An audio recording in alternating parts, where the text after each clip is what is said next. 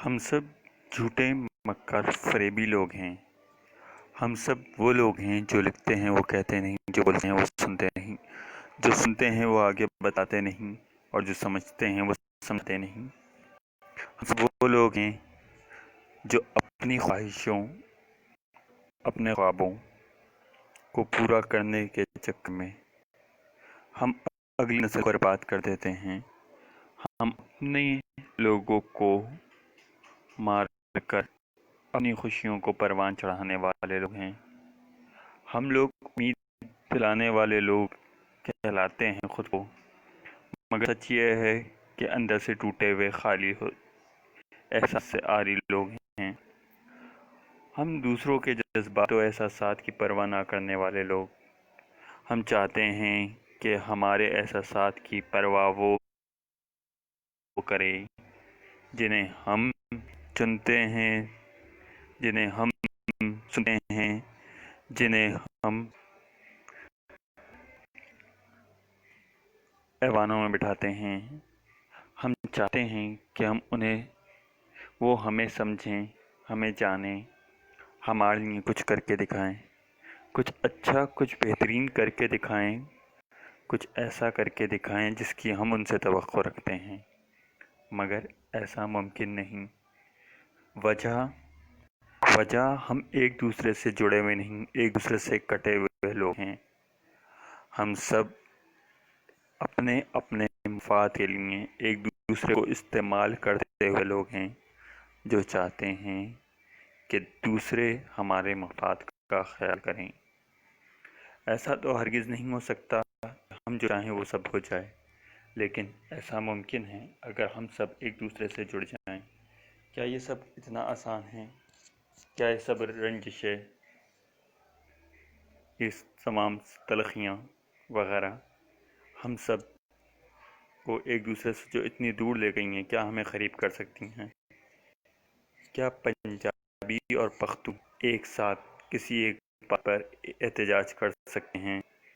دو چار پنجابی نہیں، میں من حیث القوم یا من حیث معاشرے کی بات کر رہا ہوں۔ کیا پشتون کا بیانیہ پنجاب میں بکتا ہے؟ کیا پنجابی کے درد کا بیانیہ پشتون خریدتا ہے؟ کیا سندھ کا درد مہاجر سمجھتا ہے؟ کیا مہاجر کا درد کبھی سندھی سمجھے گا؟ بلوچ و مہاجر ایک دوسرے کا درد سمجھتے ہیں، لیکن بلوچ پھر مزاحمت کر دیتا ہے، لیکن مہاجر اپنے آپ کو محب وطن کہلانے کے چکر میں خاموش رہتا ہے۔ خاموش حمایتی ہے بلوچستان کا، وہ حمایتی جس کی اپنی کوئی اب آواز نہیں ہے، اپنی کوئی پہچان نہیں ہے۔ کبھی وہ مکڑ کہلاتا ہے، کبھی وہ کہیں کوئی گالی کھاتا ہے۔ اس کو ہر جگہ سب سے زیادہ اپنی محب وطنی کا سرٹیفکیٹ دینا پڑتا ہے۔ پنجاب والے ہم بھی مہاجر ہیں، ہم تو اپنے آپ کو مہاجر کہلانا پسند نہیں کرتے، لیکن اب جو صرف اپنے آپ کو کہلانا پسند کرتے ہیں یا کہلاتے ہیں، کیا ان کے حقوق کی یا ان کے لیے بھی کوئی بات کرتا ہے؟ نہیں کرتا۔ ہمارے لیے بات، ہمارے مہاجر لوگوں کے لیے بات کیوں نہیں ہوئی؟ یا آپ کو اردو ہندوستانی یا اردو بولنے والے سندھیان پہ ترجیح دیتے ہیں، دوسرے کا بیانیہ کیوں ایڈ کرنے کے پہ لگے ہوئے ہیں، جبکہ ایک شخص کو ہی ماننے کو تیار ہی نہیں؟ ایک قوم، کیا ہم سب کچھ اس طرح سے تقسیم نہیں کر دیا کہ ہم سب اپنے اپنے مسائل کو الگ الگ روئیں اور الگ الگ پیٹیں؟ کیا ہم سب ایک ساتھ کھڑے ہو سکتے؟ منظور پشتین کی ایک قوالی بہت زیادہ اٹھی، اور فی الحال وہ اب کسی حد تک بیٹھی ہوئی لگتی ہے، یا اس میں اب وہ پاور نہیں رہی، یا اس کے لوگوں اس قدر توڑ دیا کہ اب وہ آواز طریقے سے نہیں اٹھتی۔ منظور پشتین وہ واحد شخص رہا گزشتہ 20-22 سال کے عرصے میں جس کے تحت، جس کے جلسوں میں بلوچی بھی شامل تھا، سندھی بھی شامل تھا، مہاجر بھی تھا اور پنجابی بھی تھا۔ مگر وہ دھیم پڑ گیا۔ سسی لوہاری ہوئی سندھ کے مسنگ پرسنز کے لیے، سندھ کے مسنگ پرسن کے لیے وہ کھڑی ہوئی۔ اس کے ساتھ مہاجر کھڑا نہیں ہوا، کیونکہ مہاجر اس خوف سے کھڑا نہیں ہوا کہ اس کی محب وطنی بھی چیلنج نہ ہو جائے سندھ کے دوستوں کی طرح یا دوسرے لوگوں کی طرح۔ کراچی آتی ہے، مہاجر یا اردو بولنے والے اس کے ساتھ شریک ہوتے ہیں، اس کو دلاسا دیتے ہیں اور اس سے کھڑے ہوتے ہیں۔ لیکن اردو والے بھائی جو اپنے آپ کو کہتے ہیں کراچی کے اندر یا کراچی باہر بھی، وہ بھی اس کے ساتھ کھڑے کہیں دکھے نہیں۔ ہاں، ٹویٹر فیس بک پہ تو آواز اٹھی ان کے ساتھ، لیکن آواز کے ساتھ قدم نہیں اٹھے، کیونکہ قلم اٹھانے والوں کے قدم اکثر کمزور پڑ جاتے ہیں ہمارے معاشرے میں۔ لہٰذا یہ جو تقسیم در تقسیم کا عمل شروع کیا ریاست نے بڑی خوبصورتی سے، جو کہ پہلے سے موجود تھا، جس کو یکجا کرنے کی ضرورت تھی، کسی بھی لیڈر کی، کسی بھی جو بھی شخص اپنے آپ کو لیڈر کہتا ہے یا سمجھتا ہے، چاہے وہ الطاف حسین صاحب ہوں، چاہے وہ بھٹو صاحب ہوں، چاہے وہ نذیر ہوں، چاہے کوئی ہو، انہوں نے کئی مسائل کے لیے عوام کو یکجا ہی نہیں کیا۔ الطاف حسین نے ایک سرسری سی کوشش کی متحدہ قومی موومنٹ بنانے کی، تو ریاست کو وہ پسند نہ آئی۔ وہ متحدہ قومی موومنٹ ہو کے بھی رہی۔ یہاں سے وسیم اختر، جو کہ رانا وسیم اختر پنجابی ہیں، اگر دیکھا جائے ان کو، لیکن پھر بھی متحدہ کو متحدہ کی پہچان نہ ملی۔ مزدور پشتین کو آواز ملی، لوگ ملے، کارواں بنا، لوگ چلے۔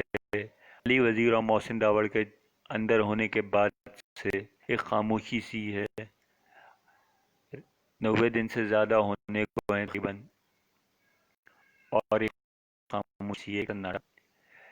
یہ وہ سناٹا ہے جو کسی بھی طوفان کا پیش خیمہ ثابت ہے۔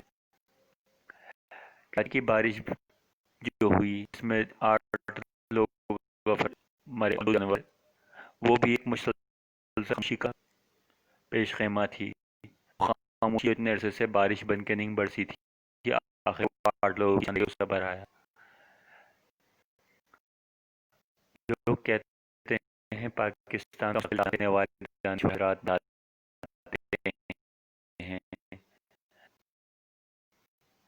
جمہوریت جمہوریت بہترین انعام ہے، لوگ بھی ہیں، اسی نام کے رونے والے بھی لوگ موجود ہیں۔ مریم نواز کے بلوچستان کے جلسے میں کہ قائد ایوان نے دھمکا دیا، یہ کہ بلوچستان پہ زخموں پہ نمک رکھ کے جاتی ہیں، لیکن کرتی اپنا بیان نہیں رکھ کے چلے جاتی ہیں۔ عوام سے کوئی آواز نہیں آتی کہ بلوچستان کے مسائل حل کرو، ہماری بات کرو، کوئی آواز نہیں آتی۔ ایک بڑی خاموشی طاری ہو گئی ہے پچھلے 60-70 دن میں۔ خاموشی بتاتی ہے کہ اگلے چند سالوں میں اندر ہی اندر پاکستان کے اندر خانہ جنگی شروع ہو سکتی ہے، جو کہ لوگ ایک دوسرے سے، مختلف قومیں ایک دوسرے سے، نہ صحیح ریاست کے اداروں سے لڑ پڑیں۔ بلاول بھٹو صاحب بولے، بہت اچھا بولتے ہیں، ملکہ حاصل ہے، لیکن تھر پہ 230 بچے مرتے ہیں، ادھر خاموشی ہے۔ تھر کے اور مٹی کی طرف سے جو حضرات سندھ اسمبلی میں موجود ہیں، وہ کچھ بولنا یا لب کشائی نہیں کرتے، لیکن تھر کے پروجیکٹس کی ایڈورٹائزنگ ایسے ہوتی ہے جیسے کراچی کے اندر پاک فضائیہ ہاؤسنگ اسکیم چل رہی ہو یا بحریہ ٹاؤن کی کوئی اسکیم۔ یہ سب چیزیں مل کر ایک خوفناک منظر پیش کر رہی ہیں اندر ہی اندر، جبکہ دوسرے قلم میں بھی عجیب اختلاف پایا جاتا ہے۔ عرفان صدیقی کی رہائی پر بھی لوگ ناخوش ہیں، گرفتاری پر بھی ناخوش ہیں، اور کچھ انہیں اہل خلا مانتے نہیں کہ وہ بوسیدہ اسٹیٹس کا حصہ ہیں۔ یہ خاموشی اور عوام کا پھر سے ریاست کے اداروں بشمول اسمبلی اور بشمول عدلیہ و فوج کے عدم اعتماد کی طرف جاتا ہوا خلا جو ایک دم سے پر ہوتا دکھائی دے رہا تھا کہ شاید پی ٹی آئی نے وہ خلا پر کر دیا ہے، جو لوگ اتنی بڑی تعداد میں کٹے ہوئے تھے ووٹر سے، جمہوریت سے اور ریاستی معاملات سے وہ جڑ گئے ہیں، مگر ایسا لگتا ہے وہ شاید دوبارہ کٹ گئے ہیں ریاستی معاملات سے۔ میں بریکنگ نیوز کے درمیان جمہوریت سے لگاؤ جن کو ہوا تھا، جن کو امید جاگی تھی کہ چیزیں بدلیں گی، پچھلے 12 سال میں سیاسی، عسکری، عدلی، میڈیائی تمام تر اداروں کی مشترکہ غلطیوں کا ادراک کسی کو نہیں ہوا۔ یہاں کسی کو سمجھ میں نہیں آ رہی کہ پاکستان کی بارڈر پہ بات کرنا کیوں ضروری ہے، پاکستان کے دفاع کے لیے کتنا ضروری، کیا کس حد تک ضروری ہے، اور پاکستان کے اندرونی خلشار کے لیے کیا چیزیں ضروری ہیں۔ یہ باتیں سیاستدان، دانشور، لبرل، سوشلسٹ، سیکولر، کوئی بھی طبقہ یا انسان دوست طبقہ نہیں سمجھ پا رہا ہے۔ یہ ایک ایسی خاموش ترین طوفان کا پیش خیمہ ہے جو کہ لگتا ہے بنش جو ایک دم سے خاموش ہو گئے، یا جن کے دماغ یا اس طریقے کی کاروائیاں نہیں ہو رہی، اب خوشی ہے کہ نہیں ہو رہی، یا وہ ناکام ہو رہے ہیں، یا اب ان کی واقعی میں کمر کسی حد تک توڑ دی گئی ہے۔ اب ہمیں روز کے دھماکے نہیں ملتے، ہماری پولیس والوں کی ہمارے مرم کے ان کو تھکا دیا ہے، لیکن کیا یہ نہیں کہ وہ بھی اس موقع کے فائدے ہوں کہ یہ چیزیں جب شروع ہوں تو وہ دوبارہ اپنی ٹارگیٹ کو دوبارہ ہٹ کریں اور ایک لمبی خون کی ہولی کھیلیں۔ پھر اس ہولی میں کولیٹرل ڈیمیج جو پہلے قبائلی علاقوں میں ہوتا تھا، کولیٹرل ڈیمیج جو بلوچستان میں ایک عرصے سے جاری ہے، وہ سندھ و پنجاب کے شہری علاقوں میں بھی آ جائے، کیونکہ سندھ میں گزشتہ 15-16 سال کے اندر 3000 مدرسے بڑھے ہیں۔ اب اس میں سے کتنے رجسٹر ہوئے ہیں یہ ایک الگ معاملہ ہے۔ پنجاب کے رجسٹر کتنے بڑھتے ہیں اور کتنے رجسٹر ہوتے ہیں، اس پہ کافی عرصے سے کوئی رپورٹ میں نے کم سے کم میڈیا پہ نہیں دیکھی ہے۔ بلوچستان کے اندر مدرسے بڑھ رہے ہیں، وجہ کیا ہے کہ وہاں پہ دہشت گردی کے واقعات کم ہو گئے ہیں، لیکن مدرسے بڑھے ہیں۔ اس کے پیچھے وجہ کیا ہے؟ مدرسوں کو اگر تعلیمی نظام میں پراپر لانا ہے تو مدرسوں کو بڑھنے سے بھی خطرناک تک، یہ سب وہ معاملات ہیں جو گنجلک ہیں اور سب ایک دوسرے سے جڑے ہیں۔ تاریخ بتاتی ہے بہت دیر کی خاموشی ہے، بہت دیر تک اس طریقے کی سیاسی سماجی حرکیات معاشرے کو ایک دم سے توڑ کے رکھ دیتی ہیں۔ مزید عرض کر دوں آپ لوگوں کے لیے کہ سی پیک پہ بھی ایک خاموشی طاری ہو گئی ہے جو کہ ایک گیم چینجر پلان کہا جا رہا تھا۔ سنا ہے کہ head army chief of staff ہوں گے، عوام کو آرمی کے ایکسٹینشن کی بتی لگایا جاتا ہے تو کبھی ایسی نہیں ہے کہ راک لگا دیا جاتا ہے، کبھی لگا دیا جاتا ہے کہ اتنے اکاؤنٹس ملے ہیں، اتنا پیسہ ادھر ادھر ہوئے ہیں، لیکن عدالت میں جتنے بھی اکاؤنٹ آج تک ملے ہیں اس میں سے 422 لوگ تھے پاناما کے اندر پاکستان سے لسٹ ہے۔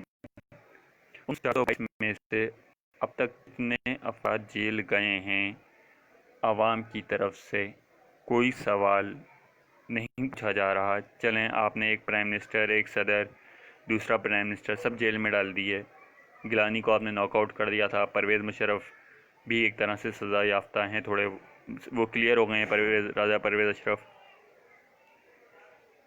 آپ نے نئی نسل کو آگے لانا تھا تو آپ سیدھا سیدھا بیٹھ کے سیاستدانوں کو کہہ دیتے کہ بھائی آپ لوگوں کا ٹائم ختم ہے، اب نئی نسل کو آگے آنے دیں آپ لوگ، ہم آپ کے خلاف کیسز بنانے جا رہے ہیں، ہمارے پاس آپ جو ہے اب عدالتوں میں ملیے گا ہم سے، ہم کے کیسز لے کے جا رہے ہیں۔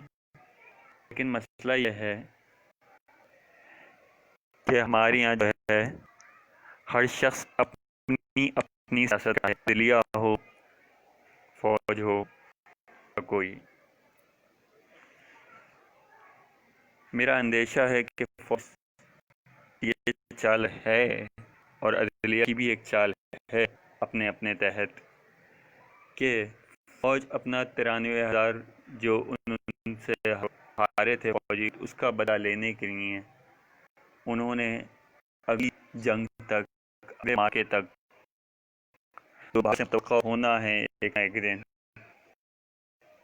تو پوری جنگ تو نہیں ہوگی لیکن ایک مارکہ ضرور ہوگا، بڑا بھی ہو، اس مارکے تک ایسی کلاس کو سامنے لائیں جو نابلد ان واقعات سے جن کو سمجھ نہ ہو، کیونکہ پرانے کھلاڑی تمام چیزیں دیکھ چکے تھے، ہر جگہ تک ان تھی یا ان وہ لوگ جان چکے تھے، پہچان چکے تھے کردار کو اتنے عرصے میں، لہٰذا ان سے جان چھڑ گئی، نئی کردار لائے گئے کہ اب جب ہو تو اس میں ہاریں یا جیتیں۔ تو سیاستدان اور فوج ایک پیج پر دکھے، جو ایک پیج پر وہ ایک پیج وہی ہے جہاں ہم کا دونوں کی زبانی سے یکساں سنیں گے اور بھرپور سنیں گے۔ 23 مارچ جو یوم جمہوریہ تھا وہ پاکستان کا چھین لیا گیا اس ایک پیج کے چکر میں۔ 14 اگست آئے گا، ہم فضاؤں میں ایئر فورس کا تماشا دیکھیں گے، فوج کی چیزیں دیکھیں گے اور قربانیاں دیکھیں گے، جبکہ 14 اگست تو پاکستان بننے سے پہلے کی کہانی بتانا ہے لوگوں کو، پاکستان بننے کی بات کی۔ ہاں، ہر سال 14 اگست تک ہم تک کھویا، ہر سال کیا پایا ہے، لیکن صرف فوج کی کامیابیاں لے جائیں گی۔ یہ جو سرخ ٹوپیوں میں سرخ نیزے لیے ایک نسل نئی تیار ہو رہی ہے، خاموشی سے اس کی طرف نہ بلاول صاحب کی زبان جاتی، نہ مریم کی سوچ جاتی، نہ زردہ کی فکر جاتی، نہ عدالت کیا استحقاق جاتا کہ پوچھے اتنے مدرسے آخر کیا کرنا کیا چاہتے ہیں ملک میں، اتنے مدرسے سرکاری اسکول لوگ خرچ کر کے مدرسوں پہ لگانا شروع کر دیا جائے، کیا ایسا شروع کر دیا جائے؟ ابھی سوال نہیں کرتی، میڈیا بھی خاموش ہے، میڈیا کو توڑ دیا گیا، لگا دیا گیا اور خاموش کروا دیا گیا، لوگوں کو بے روزگار کر دیا گیا، مگر خاموشی ہے۔ اگر یہ روزگاری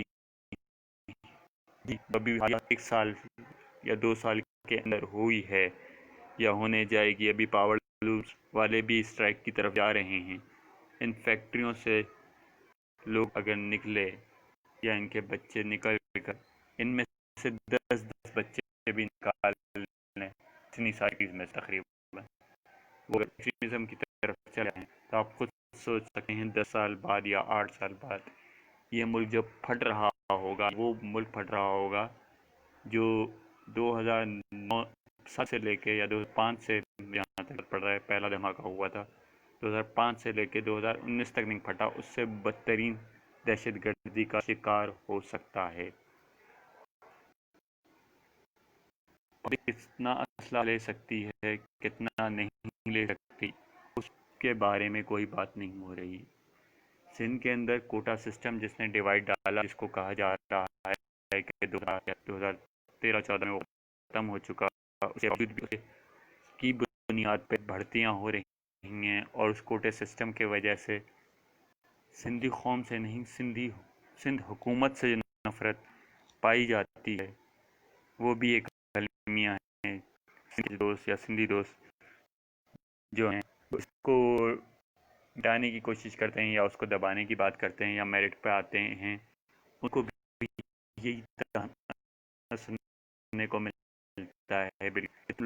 پڑھ کے نہ ہے، جبکہ وہ لکھے ہوئے ہیں مہاجروں یا اردو اسپیکنگ دوسرے جو رہنے والے ہیں، مہمان بھی آ جاتے ہیں، جس میں بہاری بھی آ جاتے ہیں، دوسرے لوگ، ان کو نوکریوں میں مسائل درپیش ہیں سرکاری۔ کوٹا سسٹم کے حوالے سے ڈی جی رینجرز نے بات کی تھی، ختم کر دینے کے حق میں ہے فوج بھی، لیکن اس پہ عمل درآمد، اس پہ بل موو کرنا کس کی ذمہ داری ہے؟ کون جمہوریت کا نیا پیغمبر آئے گا جو یہ کام کر کے کھائے گا؟ کیا مریم نواز اور بلاول اس مسئلے پر بات کر سکیں یا نہیں؟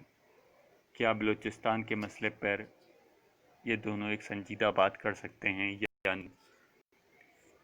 ان کی سیاسی فہم کتنی ہے؟ یہ مسائل کا کہاں تک ادراک رکھتے ہیں، یا صرف جمہوریت اور جمہوریت کے نام پر؟ یہ دو اولادیں مزید ہمارے لیے ایک اور بے نظیر و نواز شریف ثابت ہوتے ہیں۔